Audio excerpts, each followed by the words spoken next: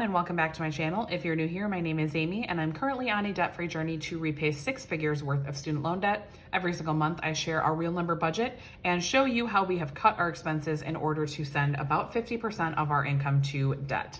So this month, July 2021, I can't believe that we're already halfway through June, and then I'm doing this budget right now.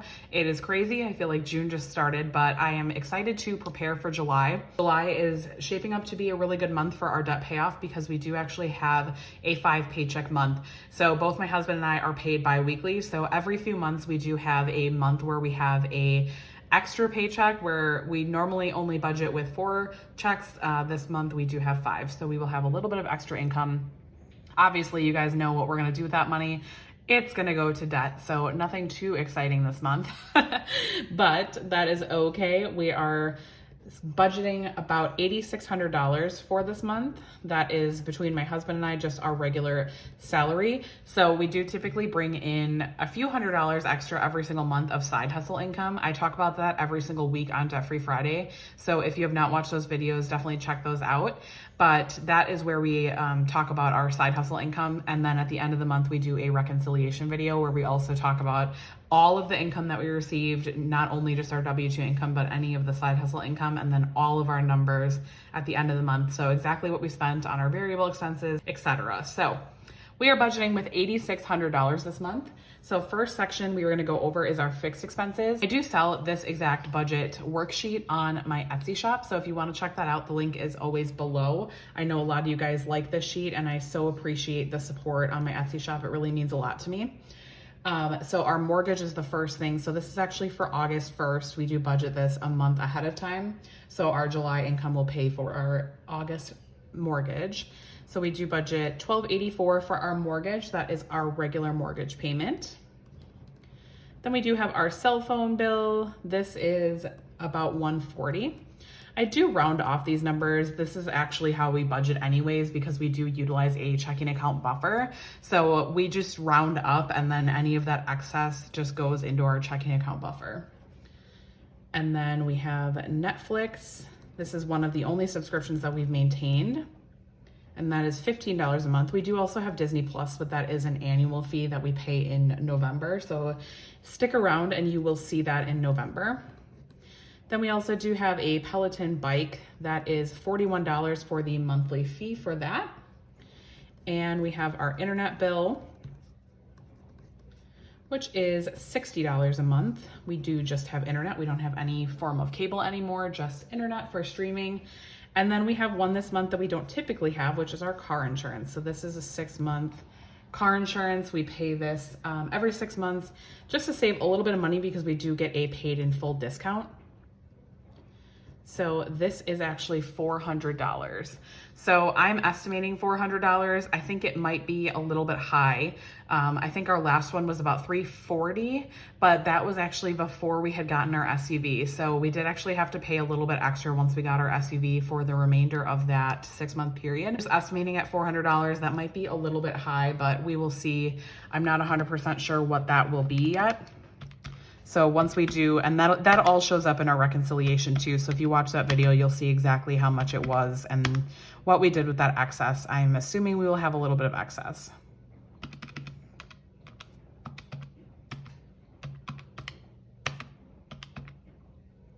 Just adding these up here. Normally I add these up ahead of time, but unfortunately I'm on a little bit of a time crunch today to film this. So I figured we would just do it together.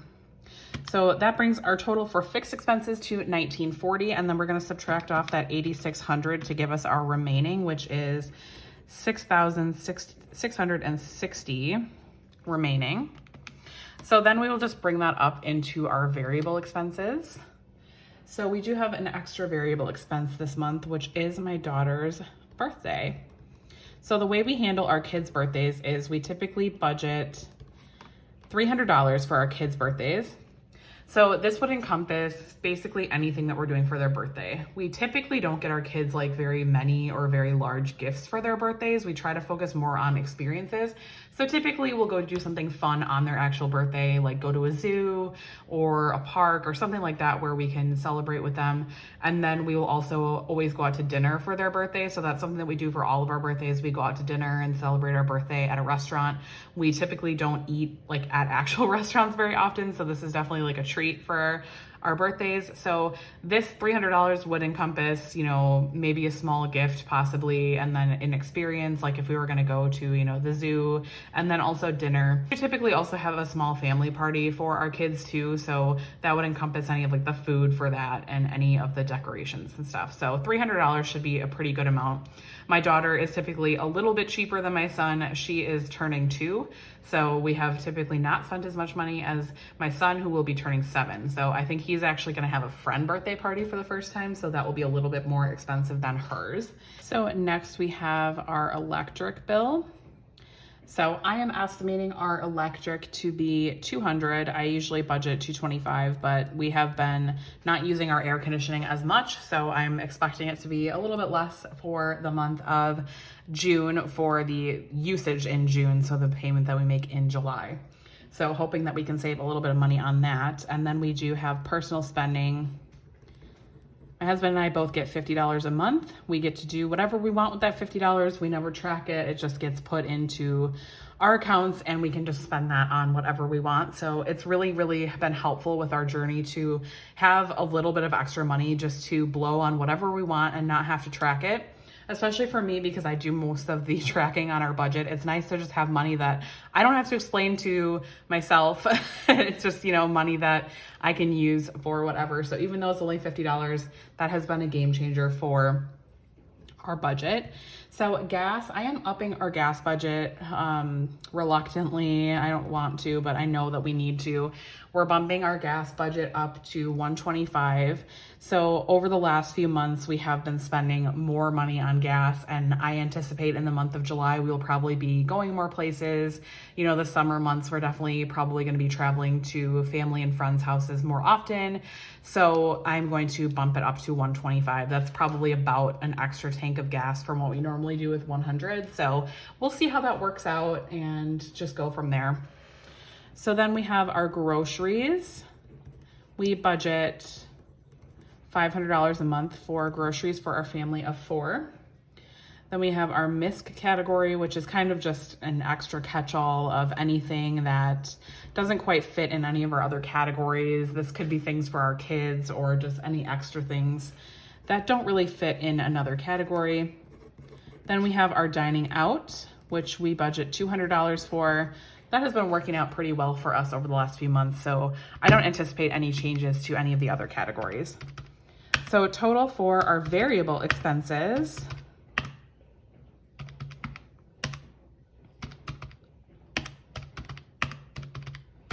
variable expenses is $1,625, and that leaves us with a remaining of $5,035. So next we're going to go to our sinking funds. So the current sinking funds that we have are car, home, Christmas, and vacation. We do have a emergency fund, but we are not really funding it very heavily right now because we have it at our bare minimum for debt repayment. We have it at about, I think it's about $7,000 right now. So that is where we are comfortable with. We're just leaving that money there. We're not really adding to it. I do actually put any of the interest that we receive on our high yield savings account onto that. So it does grow, you know, a few dollars every single month, but it's nothing, you know, major that we're adding to. So budget for a car this month, we are going to put $50 in our car sinking fund. We're going to put $150 in our home sinking fund, and $50 in our vacations or our Christmas sinking fund, and $100 in our vacation sinking fund. So we are not super focused right now on our sinking funds. We're just kind of putting a little bit here and there extra. I'm really mostly focusing on our debt repayment right now. I'm really trying to get to our goal of paying off our debt by my birthday next year, which is in May. So May of 2022. So our heavy focus right now is on debt repayment. So you won't see a ton of other things going on my channel other than debt repayment right now. So as you can see that, that leaves our remaining to, sorry, I'm skipping ahead here on myself, $4,686. So that will bring our total then for debt repayment to $4,686, our estimated payments. Again, we do pay on this weekly, so I typically just take that amount and divide it over the weeks of the month. So this is actually a 5 Friday month. So this amount will be divided by 5. And then any of our extra income at the end of the week, we do allocate as well towards debt repayment. So this will be the minimum that we will pay to debt in July. And then we will most likely have excess at the end of the week, and that will go towards debt as well. Again, I do talk about that every single week in our Debt Free Friday video. So again, we do zero-based budget. So that gives every single dollar that we're bringing in a name. So that brings our total remaining to $0. I'm very happy with this plan. This is about 54%, I think, off the top of my head, 55%, just over 50% of our income coming in going to debt. So that is our goal, is to send about 50% of our income to debt right now. I'm very, very happy with that. Obviously, we did have a couple of extra things like our car insurance and my daughter's birthday that are taking up a little bit of that extra income, but that is okay. We are budgeting those and then moving forward. So let me know in the comments down below if you guys have budgeted for July yet, if you have anything exciting in July. I did want to mention we did not budget anything for 4th of July, even though I know that that is typically a holiday that a lot of other people probably budget for. We don't typically do much for 4th of July other than, you know, possibly going to like a family member or a friend's house for like a cookout or something. We are not personally planning on hosting anything, so I did not set aside any money for that. And probably if we end up spending any money on that, it'll just come out of our MISC budget. So hopefully that makes sense. I know I do get a lot of questions about some of the holidays that we don't typically budget for. If it's a smaller holiday like 4th of July or Memorial Day, that typically just comes out of our MISC budget if we do spend any money. Thank you guys so much for watching this budget video. It was really fun to film, and I'm looking forward to an amazing month of July. Let me know in the comments down below how you guys are doing, what you're looking forward to most in July, and I will talk to you in my next video. Bye guys.